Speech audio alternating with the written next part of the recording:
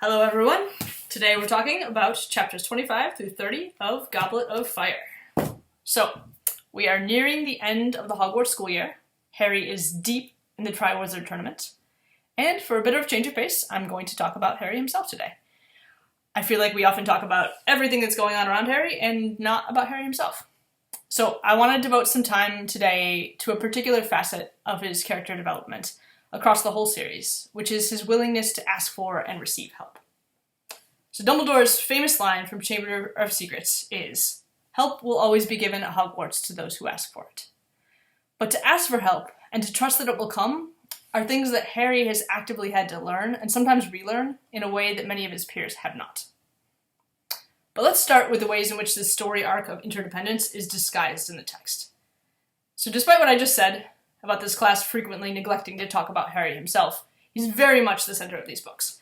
Hagrid has this wonderful fourth wall breaking moment in this book when he says to Harry, "Everything seems to happen to you, doesn't it?"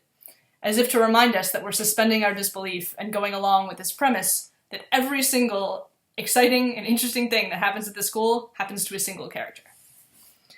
Furthermore, as we read in the Fantasy Foundations chapter of Harry Potter and Beyond, Harry is a mythic hero following in the classic hero's journey described by Joseph Campbell.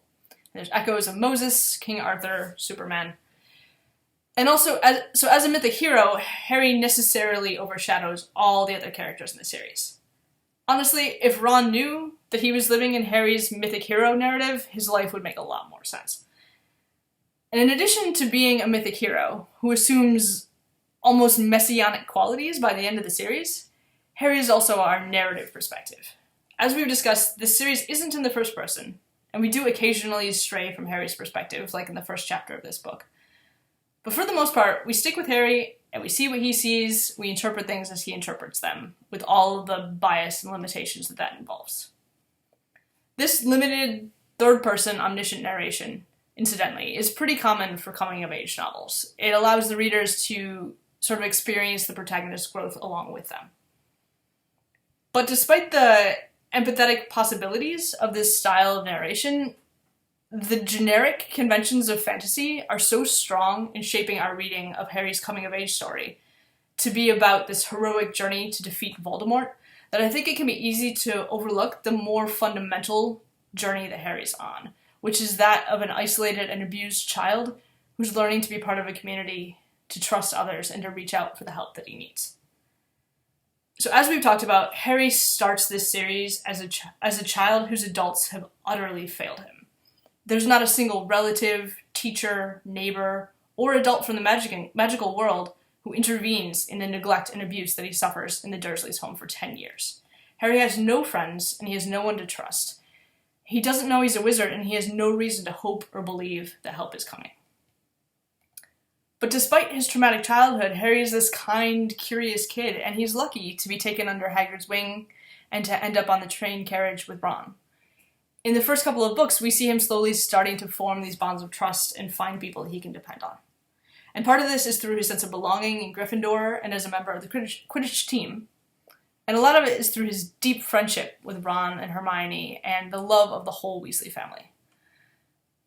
But I think there are also moments in the early books that remind us how tenuous this all feels to Harry.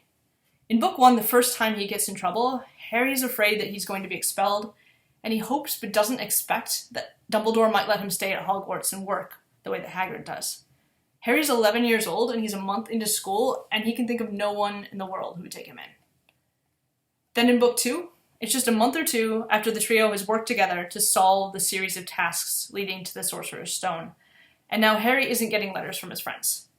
So while Ron and his family see this lack of correspondence to be a sign that there's something wrong and they go to rescue Harry, Harry takes the same lack of letters as a sign that his friends have just forgotten him. It's heartbreaking how easy it is for young Harry to believe that he's alone again. And I think we see similar thinking in book 3, when Harry flees from the Dursleys after inflating Aunt Marge, and he thinks he's going to be expelled and possibly banished from the magical world. He doesn't know where to go, and he can't think of anyone to contact for help. This is not to say that Harry doesn't ever ask for help that he needs in these early books. In the Chamber of Secrets scene in book 2, we see the fulfillment of Dumbledore's promise. Though the text reads, help me, Harry muttered wildly. Someone. Anyone. Which strikes me as more desperation than confidence that any help is coming. But Harry is usually open with Ron and Hermione about whatever he's facing, and they rarely take no from an answer from him when he needs their backup and support. And the dangers and traumas of Hogwarts, which we've discussed, ensure that the three of them have faced near certain death together multiple times, and Ron and Hermione have shown Harry that they have his back. And while Dumbledore is always a last resort, if we're being honest, narratively speaking, the first couple of books would have wrapped up real quick if Harry had just told Dumbledore what's going on. His relationships with Hagrid and with Professor Lupin in particular build Harry's confidence in asking for and receiving help from adults. So this brings us up to Goblet of Fire. And as I discussed in my first video about this book, which focused on masculinity, the opening chapters are so frustrating to read because Harry really needs to reach out to someone about his dream and his scar hurting. But after all these years of slowly building up the ability to ask for help and trust people, Harry now has this new obstacle, which is a fear of showing weakness and looking insufficiently masculine. But he does it. He reaches out to Sirius, and Sirius, for his part, proves worthy of Harry's trust. He absolutely rejects all of Harry's attempts to downplay things, and he returns to Hogsmeade immediately to live in a cave and subsist on rats because helping Harry is Sirius's #1 mission. And this first decision to trust Sirius and ask for help kicks off a whole book of Harry asking for and receiving help at a level that he's never done before, and also helping others in return. And the Triwizard Tournament is a great showcase for this.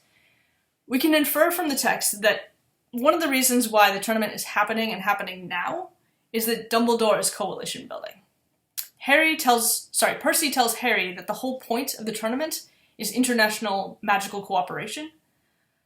But with Dumbledore reading the signs, as Sirius puts it, he may be specifically trying to bring in allies and build connections to fight the return of Voldemort. Interestingly, the vehicle for this friendship building and coalition making is competition, and the champions are not to receive help from anyone. But, of course, they all do, including from each other. But maybe none so much as Harry. Harry's technically too young for the tournament, so it makes sense that a lot of people would offer to help him. But what's notable to me is that Harry seeks out and accepts so much help, apparently overcoming any reluctance about being seen as not up to the task. We've already discussed the first task, so I just want to note the help that Harry gets. Hagrid shows him the dragons, Sirius tries to tell him how to get past one, Moody gives him some pointed general advice, Hermione helps Harry practice summoning spells, Ludo Bagman tries to offer help just before the task, and this is the only help that Harry really rejects. And then let's not forget Madame Pomfrey, who patches him up afterward. Harry, for his part, tells Cedric about the dragons in the spirit of fair play. For the second task, Harry's sources of help are even more numerous, as are their motives. So Cedric is returning the favor of information, though I see this gesture as relational and not simply transactional. Harry's feeling jealous and suspicious of Cedric because of Cho, but I think that Cedric himself is actually trying to be not just fair-minded, but also friendly toward Harry. Then Myrtle gets Harry on track in the bathroom, and then again later in the lake. And I think again we can understand this as relational. Harry is one of the few Hogwarts students who's ever shown any kindness to or interest in Myrtle, way back in book 2, even if that was to get information out of her. Then there's Ron and Hermione, who spend days in the library with Harry, searching for a way for him to breathe underwater. And they do that because they love him. Dobby steals the gillyweed from Snape's personal supply and brings it to Harry, also because he loves him and is grateful to him. And then Ludo again tries to help Harry for his own dubious purposes. When he gets to the lake, Harry benefits from remembering Lupin's help as a teacher when he has to free himself from the Grindylows. And by the time Harry reaches the hostages and encounters the merpeople, he has such an expectation of help that he seems genuinely surprised when the merpeople won't lend him a spear to cut the ropes and tell him, "We do not help." And I think there might be an urge to read Harry's expectation of help from the merpeople as kind of presumptuous, but instead I see it as this great depiction of how far Harry's come. Because this is a kid who was initially afraid of the second task because he was never taught how to swim. It's this well-placed detail to remind us that Harry was neglected throughout his childhood. But now, with not just the help of magic, but really the help of a whole cast of people who love and support him, and also some people with ulterior motives, Harry is now swimming around the bottom of a lake, trying to get help from mer people. And importantly, Harry wants their help because he's trying to help others. He needs to save Ron. He spent the first half of the book fighting with Ron because of his own pride, but I think on a more basic level because Harry could forgive Ron's jealousy, but not Ron's unwillingness to believe Harry about putting his name in the Goblet of Fire. After so many years without friends, Harry finally has 2 close ones, and he's so invested in his friendship with Ron. This task tells us that Ron is the thing he'd missed most. That Harry's devastated by Ron's lack of trust in him, and I think we see him reacting from a real place of hurt that's informed by all of these early experiences. So Harry's need to free Ron, whom he genuinely believes to be in danger, is really almost existential, and he's going to seek help from anyone he can to do it. In the second task, Harry also helps Gabrielle when Fleur doesn't show up to save her. And this is kind of a frustrating storyline, because why does Fleur have to be the only female champion? And then also the only champion who doesn't complete the task and needs one of her male competitors to rescue her sister. And unfortunately, I think the answer is partly that we're seeing genre conventions at play again. The Triwizard Tournament is nothing if not a chivalric quest. We started with dragons, and now Harry is rescuing the Fair Maiden, which gives our male mythic hero a chance to demonstrate his moral character and demonstrate his bravery. But, putting that aside, this is a moment in which Harry saves a total stranger. This isn't Ginny Weasley in the Chamber of Secrets. And again, rolling with the dragon figure and the unconscious damsel in distress. But Harry doesn't know Gabrielle at all. He helps her because she's a person who needs helping. And the judges call this moral fiber, but I think it also reflects what Harry's experienced and learned from being helped himself. And this takes me back to the beginning of this video. I said that Harry's personal journey toward community and interdependence is overshadowed by his heroic journey toward defeating Voldemort. But ultimately, I don't think the two are really separate. Not only does Harry need a lot of help and community to defeat Voldemort, but it's also those relationships that set him apart from Voldemort. Because the text tells us that in many ways, Harry and Tom Riddle have parallel stories. They're both orphans, raised in unhappy circumstances, who discover that they're not only wizards from these old wizarding families, but they're also special in some way. Tom is the heir of Slytherin, and Harry is the boy that lived. Book 2 shows us the many ways in which Tom and Harry are similar, from their physical appearance, to their ability to speak Parseltongue, to their attachment to Hogwarts as their only real home. And Harry struggles with what these similarities might mean about him. I also think we see flashes of cruelty in Harry throughout the series, moments when he demonstrates that he could be more like a Tom Riddle character. But what's different about Harry is that he has this community, and he cultivates his own vulnerability and empathy through these relationships that are loving and supportive.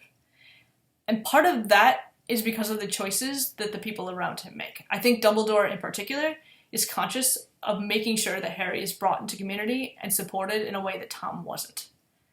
But ultimately, it's Harry's choice to allow his community to support him and help him and steer him in healthy directions as he learns to do more and more in this book. So, that is something that I want to continue tracking as we read the rest of the series.